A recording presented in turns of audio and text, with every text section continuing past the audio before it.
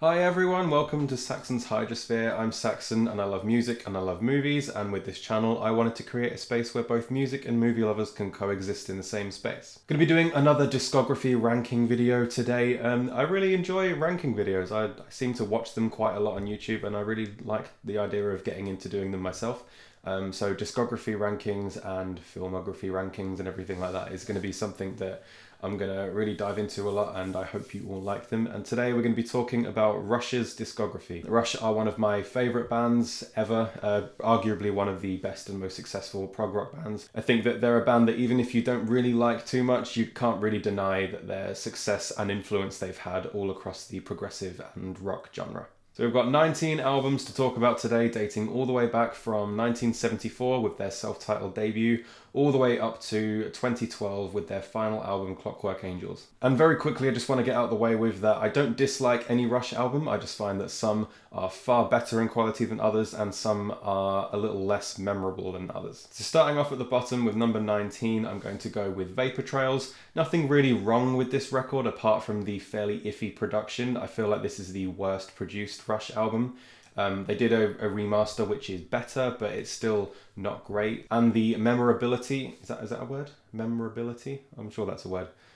Yeah, this album isn't very memorable. I listened to it from start to finish. It does feel a little bit long too, and I just don't really remember very much afterwards. There are some good songs like One Little Victory and Ceiling Unlimited, but apart from that, there are no songs that really stick in my head after the listen. Number 18, I'm going to go with Presto. Similar issues with Vapor Trails in the sense that a lot of it is quite forgettable, but with Presto, I feel like they still have quite a distinct style to it. There's a very unique style to Presto that isn't on any of the other Rush albums. I just feel like the strength in the songs isn't really there. There are a few good and memorable songs on here like Show Don't Tell and Warpaint, and Scars kind of gives me a heavy Crash Bandicoot vibe. I listen to that song and I just feel like I'm playing Crash Bandicoot 2.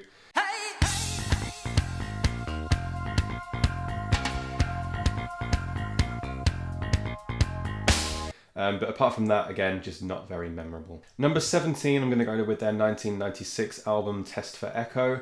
This is a little bit of an improvement on Presto, but again, a lot of these lower tier Rush albums, they just lack the memorability. There are some good songs in there like the title track, Totem, The Color of Right, but again, it feels just a little bit too long, and most of the songs don't really stand out on their own as individual tracks. It's a pleasurable listen from start to finish, but again, nothing really sticks in your memory apart from a few songs. Number 16, their penultimate album from 2007, Snakes and Arrows. I feel like this is a severely underrated album in their catalogue, one that's quite musically diverse and going through a lot of different atmospheres and moods across the record, and there are some great riffs in there with the songs like Far Cry, but the problems start coming in for me when there's just one too many instrumentals, and as a whole it's just a little bit too long. Coming in at just over an hour long, I feel like quite a bit of this could have been cut and it would have made a really solid record. Nothing bad, but just a little bit tiresome after a while and not enough to stand out to warrant it being just over an hour long. Getting into like the mid-tier Rush albums now, we're going to number 15 with Roller Bones. I feel like this is another severely underrated and overlooked album in their catalogue. There are so many memorable songs,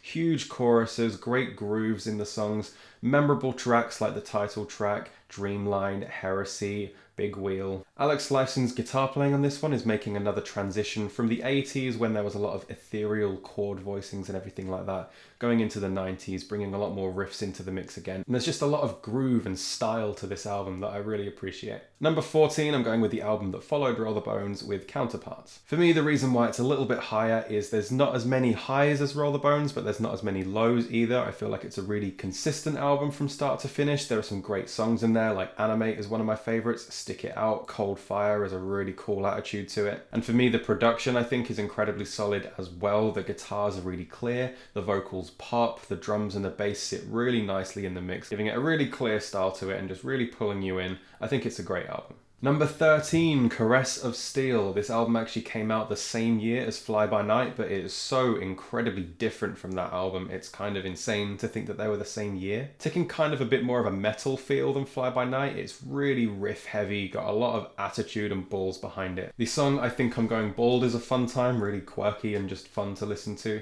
but my problems start to seep in with the Necromancer. I just don't really enjoy that song. Rush are usually really great at writing long songs, but with the Necromancer, it kind of just sort of withers along for me. And I'm also not really a fan of the narration that's in there in a few places. So while the first half I feel is great, the second half kind of loses me a little bit. Number 12, I'm going with their self-titled debut album, Rush. The only album without Neil Peart, and he is sorely missed on this record. When you have the context of everything else they've done and you go back to this one, his presence is sorely missed. The drums aren't as interesting, neither are the lyrics. But still a really fun and enjoyable album regardless. It's got a lot of cool riffs and grooves in there, taking more of a bit of a blues and hard rock kind of style. Geddy Lee's vocals are incredibly strong, almost channeling a little bit of Robert Plant in there. Just an incredibly fun and captivating hard rock record. Hold Your Fire is next at number 11, and this is a little bit of a frustrating one for me because with the first half, I absolutely adore. Time Stands Still and Force 10 are among some of my favourite Rush songs ever. The harmonies in Force 10 are so powerful, and just the way it's produced as well, there's such a grand feel to this album. But I do think the memorability of the album dips a little bit in the second half, which is unfortunate. Otherwise, this album would be a lot higher up, but still a really good time. Getting into the top 10 now, I'm going to kick this off with Signals. Some absolute classic Rush songs in this album with Subdivisions, Digital Man, The Analog Kid, New World Man is a great song for me as well. I feel like this is a really well-rounded album and one of their most accessible and a great jumping off point for the band. Really good songwriting and really good playing, but not much beyond that. It's a great album and an enjoyable listening experience, but beyond that, there's not loads that really jumps out for me. Just a middle-of-the-road, solid, enjoyable Rush album. Coming in at number 9, I'm going to go with Grace Under Pressure. This is actually the second Rush album I ever bought, and I remember really loving it and becoming really invested when I first heard it. I thought it was completely different to the first album I'd ever heard, which was Permanent Waves. Just a really distinct style and atmosphere on this album that I don't think you can find anywhere else in their discography. A lot of memorable tracks like Distant Early Warning, Kid Gloves, After Image, Red Sector A. My only issue is I'm not big on the song The Body Electric, but that's really the only one song that I don't like on the album. Everything else is incredibly solid, and I think the best 4 chord voicings in Alex Lifeson's guitar playing. I think this is a great album to study if you're wanting to look at chords and everything like that and creating a really ethereal sound with your music. Number 8, I'm going to go with Permanent Waves, the first Rush album that I'd ever bought and the first vinyl that I'd ever bought as well. Spirit of the Radio is without a doubt one of the greatest rock songs ever and one of my personal favourite Rush songs. I also really love Free Will and Entre Nous. Jacob's Ladder is okay, but the rest of the album with songs like Natural Science, I just kind of find really, really forgettable. It's such a shame when you have songs like Spirit of the Radio and Free Will, and just unfortunately the second side of this record doesn't really hold a lot of weight for me. So that's why it's not higher on the list. But as I said, songs like Spirit, absolute classic. Number 7, getting into the absolute top tier Rush albums now, I'm going to start with Fly By Night. This was their second album, their first with Neil Peart. And with Neil in the band, I really feel like they found their identity here. So many strong songs like the title track, Anthem, Best I Can, Behind, Between and Beneath. No, Beneath, Between and Behind. That's it. I always get that one confused.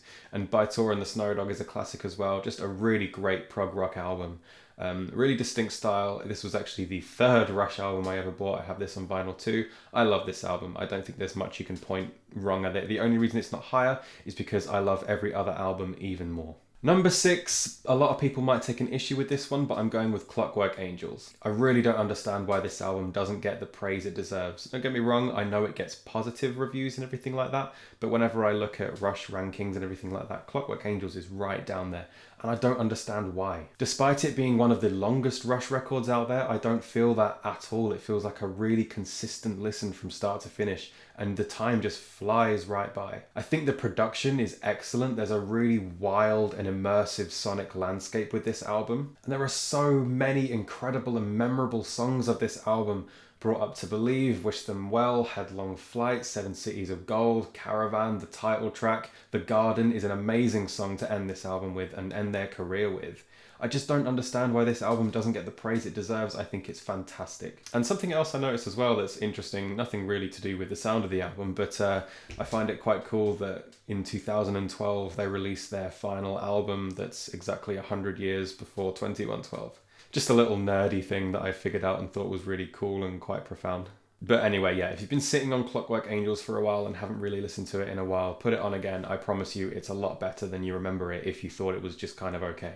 Phenomenal album. The top 5 now, and these next 3 were really hard for me to rank, but I'm going to start with Power Windows. Another album that I feel like is quite underrated and underappreciated in terms of Rush's discography. I don't really see this too high up on many people's lists. But I think this is a fantastic album. I think it's got a really positive sound and style to it, unlike anything else they've ever done. Everything is really uplifting and vibrant. And in terms of Geddy Lee's voice, I think this is the best he's sounded in the 80s. So there's so much power behind his delivery and the highs he reaches as well as the lows. And if you look back to Signals and Moving Pictures, there's nowhere near the same amount of power that he puts behind his voice. I think his vocals are phenomenal on this album. And the songs, like I said, are amazing, really uplifting. You've got Marathon, Manhattan Project, Big Money, Grand Designs, Territories, all fantastic. I feel like it kind of loses its way on the last track or so, but does not take away from the quality of the album whatsoever. Power Windows is fantastic. Number 4, I'm going to go with Hemispheres. There are only 4 tracks on this album,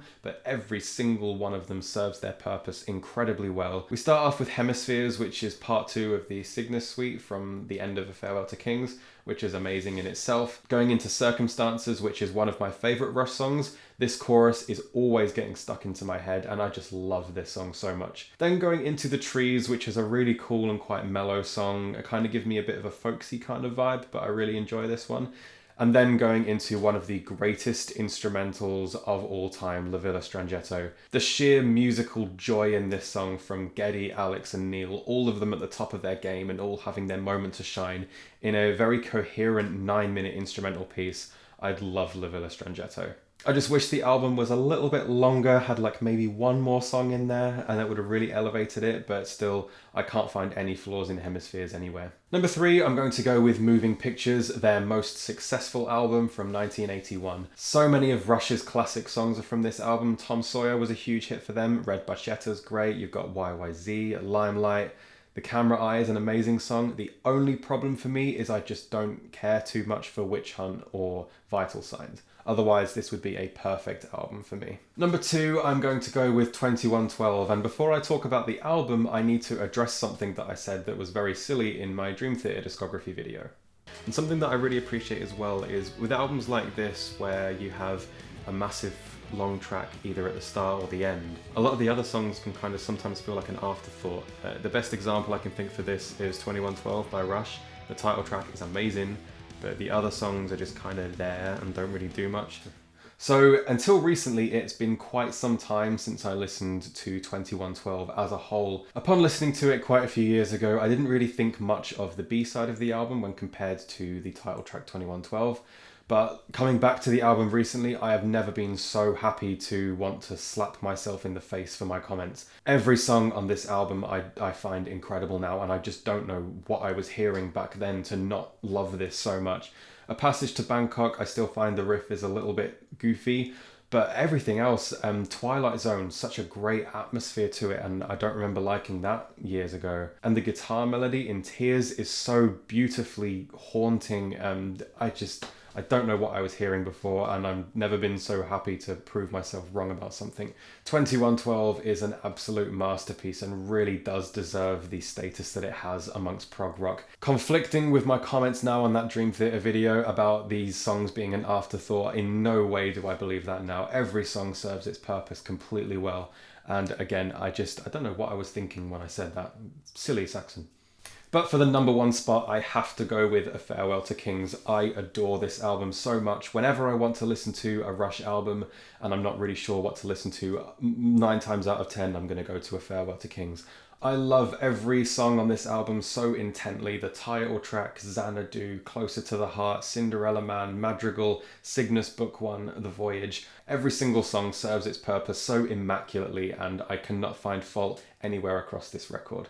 I don't see it in the #1 spot too often, but this is my absolute favourite Rush album. And having come back to this album fairly recently in the past 6 or so months, I feel like if I were to redo my top 10 albums of all time list, this would make it in there, no doubt. I really feel like I need to redo that video because my opinions have changed a little since then, and I've gotten a lot better at recording since then. I might redo that one. So yeah, A Farewell to Kings is among one of my favourite albums ever, and without a doubt my favourite Rush record. So there you have it, every single Rush album ranked from worst to best in my personal preference. Like I said at the beginning, I don't really think that Rush have made a bad album, just some are far better and far more memorable than others. And if you've been sitting on the fence a little bit about Rush, go and listen to them, listen to all their stuff. They're just one of the best rock bands out there. And thank you for indulging me in this video and watching it. Let me know what your favourite Rush albums are down below. Remember to like and subscribe and share the video to your Rush friends. And do consider looking at my Patreon to see what I've got on offer over there. I would be very grateful. I'm going to leave you with my song of the day now, which is obviously going to have to be my favourite Rush song, and that is Xanadu. Thanks a lot, and I'll see you next time.